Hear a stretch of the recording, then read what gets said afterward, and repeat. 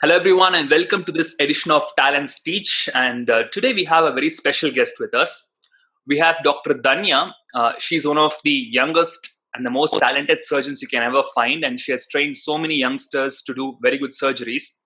So I thought she should be the right person to come and talk on this very, very crucial topic called how to approach surgeries for beginners.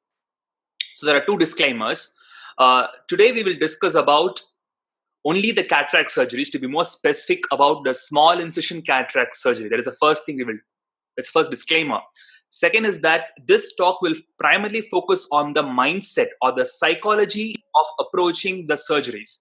So we will not discuss about the actual techniques, but madam will actually tell her experiences, how to actually prepare for your surgeries. So it's all going to be about the mindset. So hope you will really enjoy this talk. So over to ma'am. Thank you for the introduction, Pranesh. Hello, everyone. I'm Dr. Dhanya, private practitioner from Erode, Tamil Nadu. I'd like to thank all of my teachers from Aravind for having molded me into an ophthalmologist. I'd also like to thank Dr. Pranesh for this opportunity to share with you all a small talk on how to approach cataract surgery for beginners, the mindset. The objectives of my talk are to develop a positive attitude, to relieve anxiety and to boost the confidence of the residents, to provide moral guidance to deal with complications, and to understand the role of hard work in surgical training. This is the dream of every resident who is to undergo cataract surgical training, to sit in front of the microscope and get the microscopic view of patient's eye, to perform a perfect surgery, and to have an ideal post-op outcome on the next day with clear cornea, minimal post-op inflammation, and an uncorrected visual acuity of 6.6.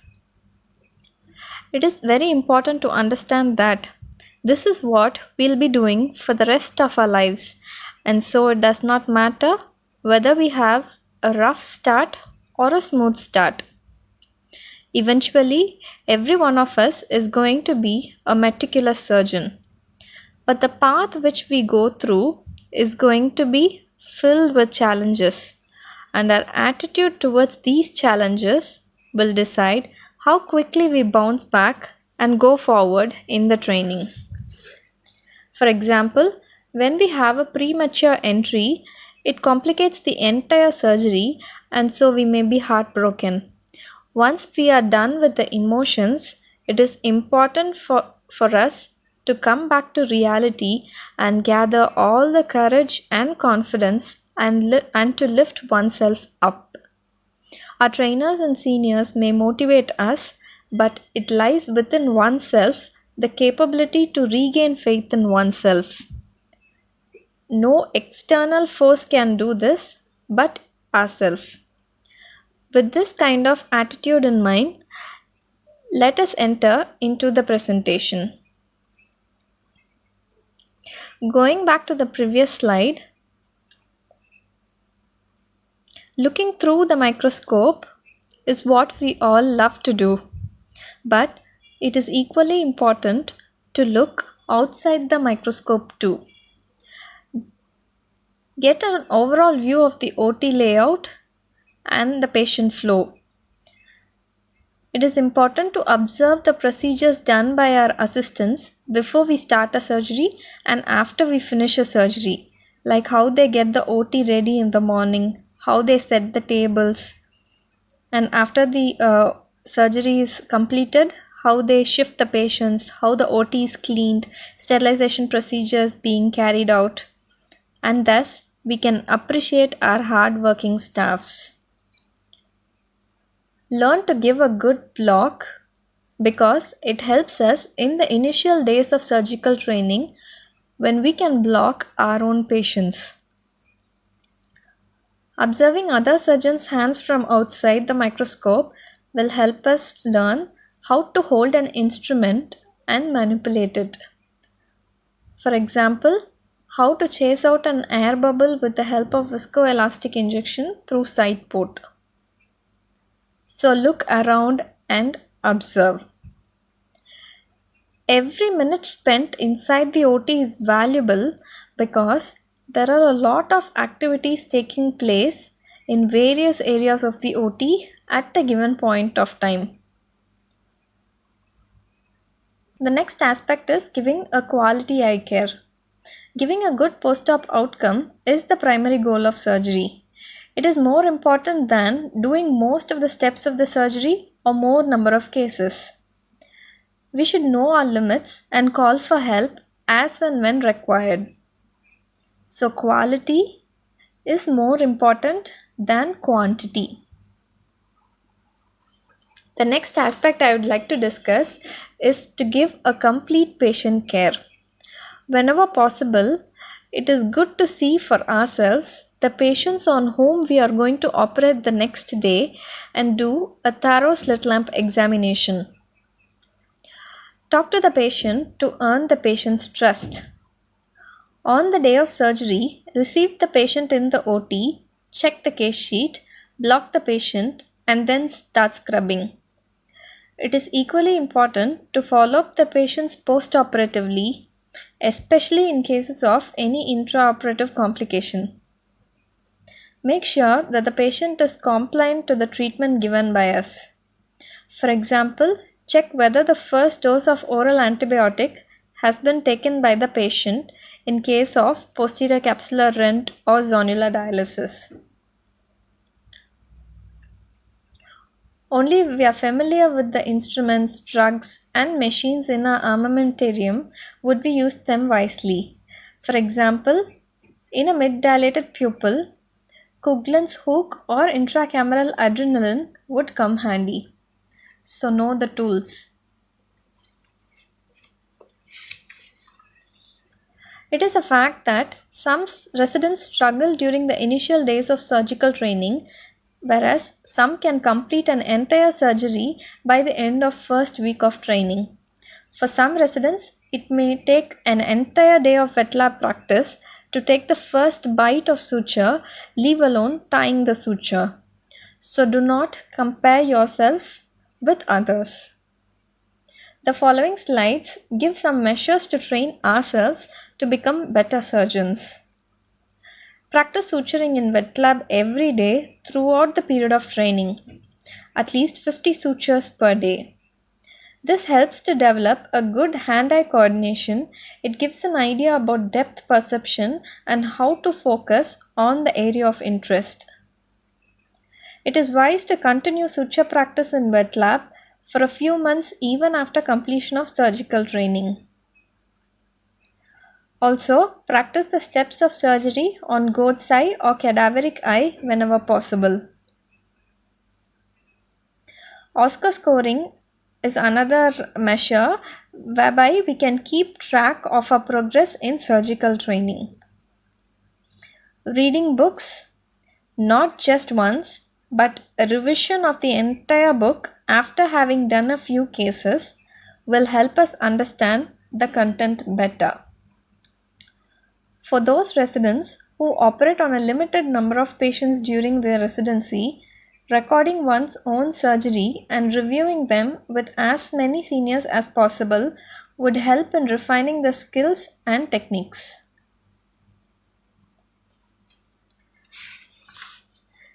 Making a complication is an important part of the learning. A good surgeon is one who understands what led to the complication. This can be done by discussing about the complication with a senior surgeon or trainer who can analyze better and give a solution. This is an opportunity to start reading actively and learn new concepts. Have a notebook to pen down the struggles or problems faced and how to correct them. This way, we will not repeat the same mistake again. We may not be able to perfect all the steps of the surgery in all the cases. So, try to perfect one specific step in each case. The next strategy is to watch videos of senior surgeons on how they manage complications. Also watch videos of your own colleagues so that we can learn from their mistakes. Here are a few tips for a good surgery. Tunnel construction and capsular access are very important in small incision cataract surgery. Never operate on a shallow AC. Always keep the anterior chamber filled with viscoelastic material or the irrigating solution or an air bubble. Never operate without visualization. Do not operate outside the field of view or blindly under the pupil. Change the plane of focus as and when required. For example, in small incision cataract surgery, when we start the surgery by making a tunnel, the plane of focus will be on the conjunctiva. As we proceed towards capsulorhexis, the plane of focus is shifted more posteriorly on the surface of iris. As we proceed towards cortex wash, the focus is changed even more posteriorly on the posterior capsule. And finally, follow no touch technique. Our gloves are not 100% sterile, so try to avoid the tip of any instrument which is going to enter into the anterior chamber with a gloved hand. For example, to know whether the instrument is an iris spatula or a Coughlin's hook, try to inspect it visually rather than palpate the tip with the gloved hand. Similarly, do not handle intraocular lens on the gloved hands. This helps prevent any form of infection.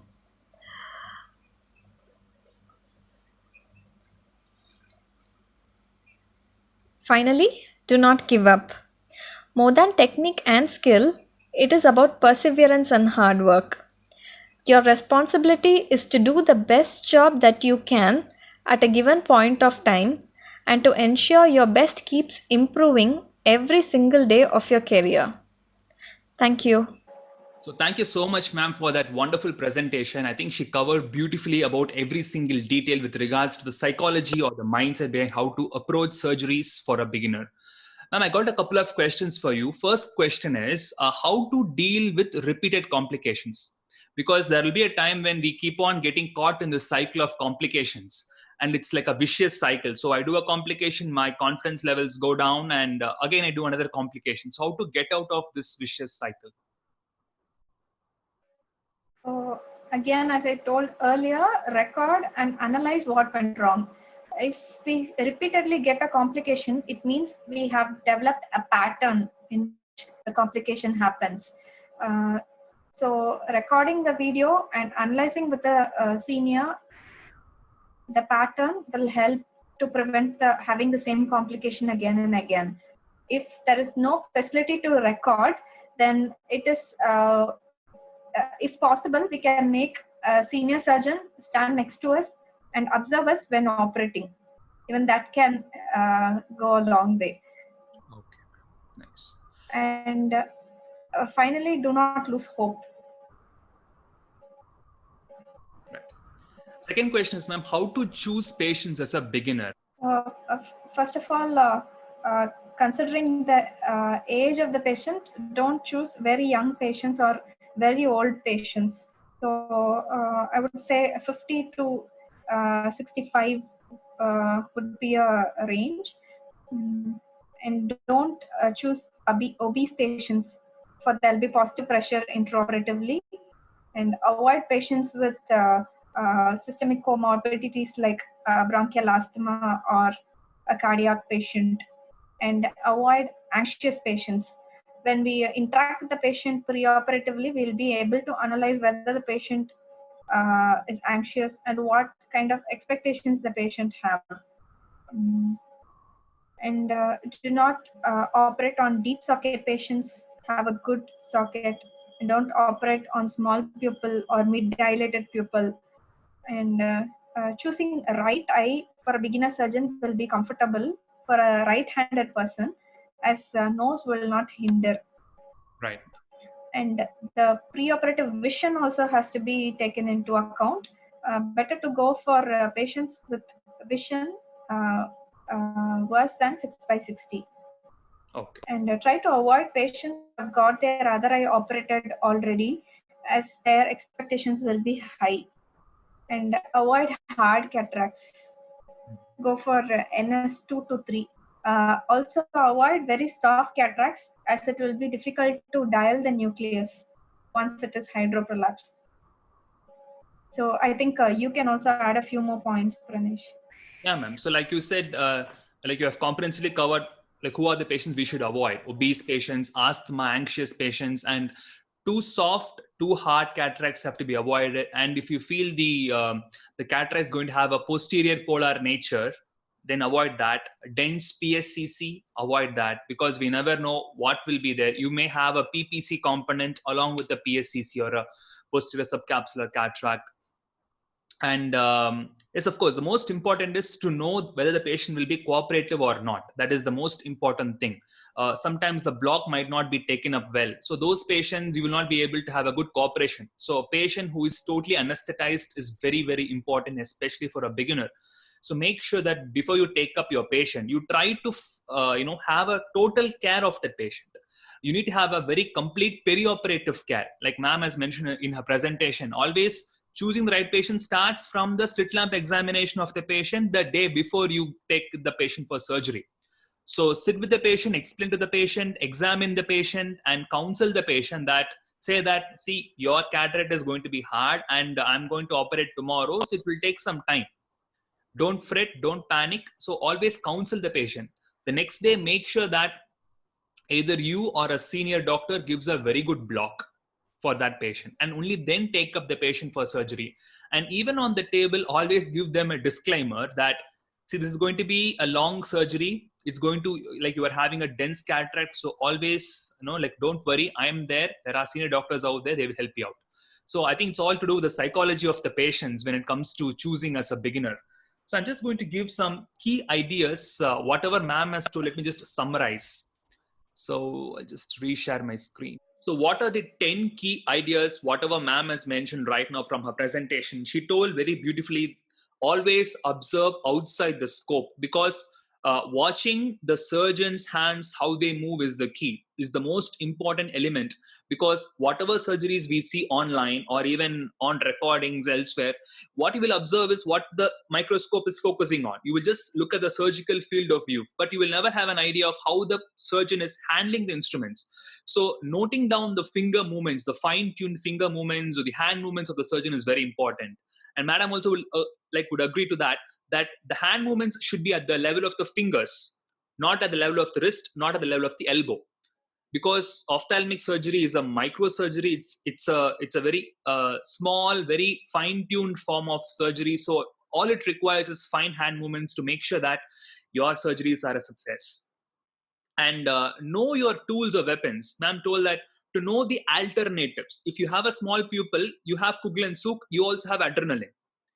When you are going to have, say for instance, when you have a difficulty in doing a capsulorhexis with the help of a bent needle cystotome, there is always a rhexis forceps to help you out. So know the different tools or know the different weapons in your armamentarium. That is very, very important. And I just mentioned the perioperative care is very, very important, because we need to have a total understanding of the patient right from before the surgery to not just within the surgery, even after the surgery. So make it a habit to see all your patients, because unless you see what you have done the next day, you will not really understand, you will not know the entire picture of the surgeries. So post-op care is as important as the intra-op care. And ma'am also mentioned that learning curve varies. So don't ever worry about the learning curve. Different people have different learning curves. Ma'am is a very good surgeon. She learns surgeries in a better way, but I am a very slow surgeon. I learn surgeries in a very, very slow way. Still, I struggle in my surgeries. The learning curve is going to be different for different people. As you can see in the graph, there will be an initial dip. When you start your surgeries, there's going to be an initial dip, and it takes some time to go up. And there's going to be another second dip. That second dip will happen for almost all surgeons, whoever has crossed hundreds of surgeries. And it takes some time to recover from that. And once you reach a stage, then it is going to be a plateau. Then it's going to be a straight successful story. I think ma'am also will agree to that. This dips and this ups are very, very common for a surgeon's life. And understanding that, yes, the learning curve will vary is very important. And she also mentioned about the importance of having a very good wet lab practice, because Is, of course, wet labs are not uh, a very constant feature in all institutes, but if you have a wet lab in your hospital, then make use of the wet lab. Try to practice suturing, because suturing might not look very relevant, because as far as small incision cataract surgery is concerned, we don't suture often. It's almost like a sutureless surgery. That is what it is designed to be. It is like a manual phacoemulsification. But suturing is an art, and it has to be practiced to enhance your finger movements. That is very important. If you have goat's eyes in your hospital, make use of that. For suturing, you can make use of the foams, the all those styrofoams. You can make a small nick there, and you can start practicing on that. You can even use banana skins, and you have so many models which you can use them to improve your suturing techniques. And I've been taught to use boiled tomato skin. You can use a tomato skin of a boiled tomato to make use of a forceps, and you can practice flexes on that. Off late, I also saw another surgeon doing it on milk. After milk has been there, you have the milk skin, the paladai, what we call in Tamil. So the surgeon used a forceps to do rexes on that. So use your creativity. All it matters is that before you take it onto the patient's eyes, practice on these dead eyes or practice on these non-living materials. And ma'am just mentioned about the Oscar grading. Oscar grading is available for free on the ICO website, International Council of Ophthalmology website. You can just Google Oscar ICO. Oscar stands for Ophthalmology Surgical Competency Assessment Rubric. This is like a step-by-step assessment. See, as you can see, every step has been detailed very well. For example, in tunnel, they show you what a novice will do, what a beginner will do, what an advanced beginner will do, and what a competent person will do. So you will know where you're standing. So it's all about assessing yourself. You can give this particular Oscar grading to your institute, or if your institute doesn't want it to happen, you can even have it as a self-assessment scale to assess, to gauge how you operate. And yes, ma'am also mentioned on the importance of recording the surgeries. If there is one important thing you have to understand as far as avoiding complications or to come out of the complication cycle, always record the surgeries, because you need to know where you went wrong. The most important or the most common complaint what a beginner would tell me is, sir, I know that I have made a PCR, or at least my surgeon or like the senior has told me that I've made a rent, but I didn't know where I made the rent.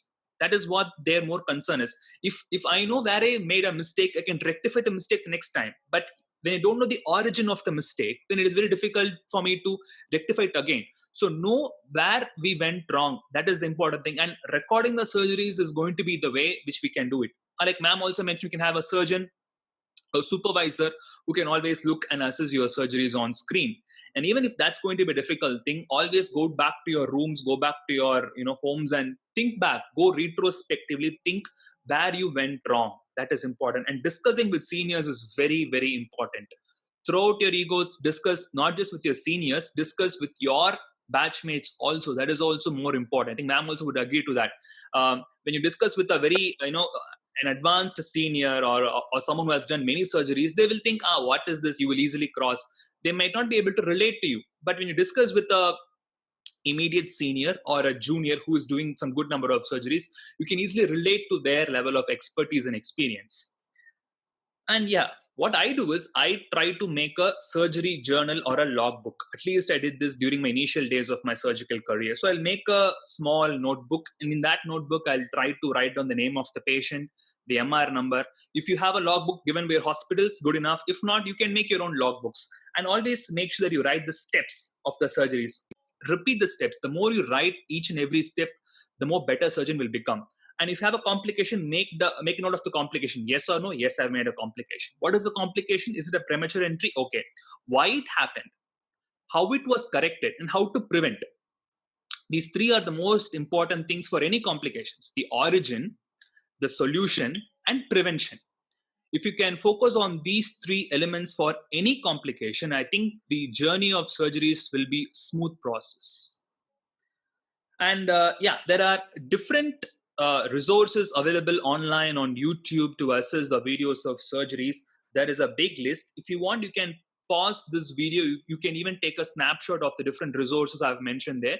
But my recommendations would be to go for Pradeep Mohanta. He's a He's a well-known, legendary surgeon, and he does lots of surgeries, and he posts them on YouTube for us to understand and learn. That's one thing. There is an MSIC series of like very very interesting, very simple to understand surgery videos given by OroTube, which is the official YouTube channel of Aravind Hospital, Pondicherry. Uday Devgan is a very essential resource for phacoemulsification. People who are doing phaco will find his videos great help. There are multiple options that are available. You have to go to YouTube, you have to explore by yourself, and these channels will really help you out to ease the process.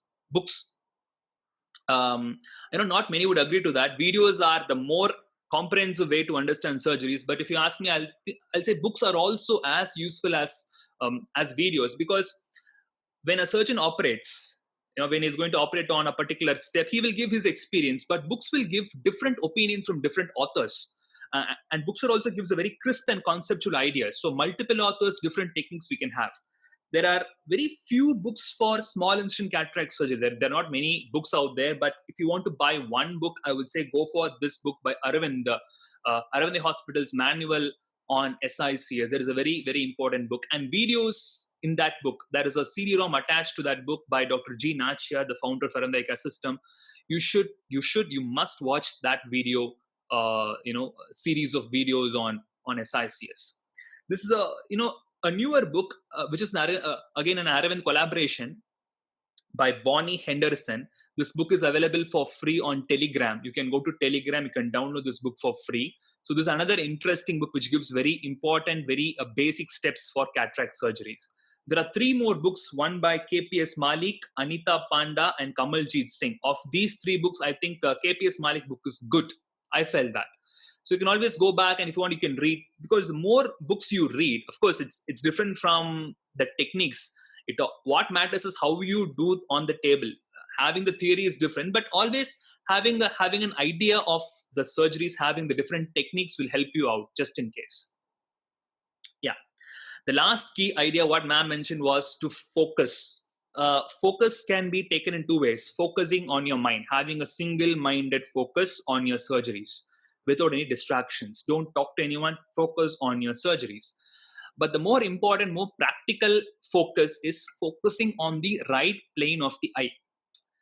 Ophthalmic surgery is a microsurgery, and we make use of microscopes. And microscopes, as you move down or as you move up the microscope, you will attain different levels of focus. And eye being a 3-dimensional structure, has been a layered structure. As you move down the microscope, you will attain different levels of focus on different layers of the eye. So the focus can be on the cornea, can be in the AC, can be on the iris, anterior lens capsule, or post lens capsule. It can be either way. So know where the focus is. Unless you focus on the anterior lens capsule of the lens, you will not be able to do a good rhexis. Unless you focus on the posterior capsule, you will not be doing a good cortex aspiration. So knowing the focus is the key. I think that ends with this key ideas, whatever ma'am has given. So ma'am, do you have one advice you want to give for the young surgeons? Compare with yourself and be a better person than whom you were yesterday. Thank you, ma'am. So it's all about improving yourself every single day. So thanks a lot, ma'am. I think that was a brilliant discussion, whatever ma'am has gave all this time. So thank you so much, ma'am, for joining us and helping out the beginners. Thank you, ma'am. Thank you, Pranesh, for believing in me and for having given me this topic. Thank you, ma'am. Thank you.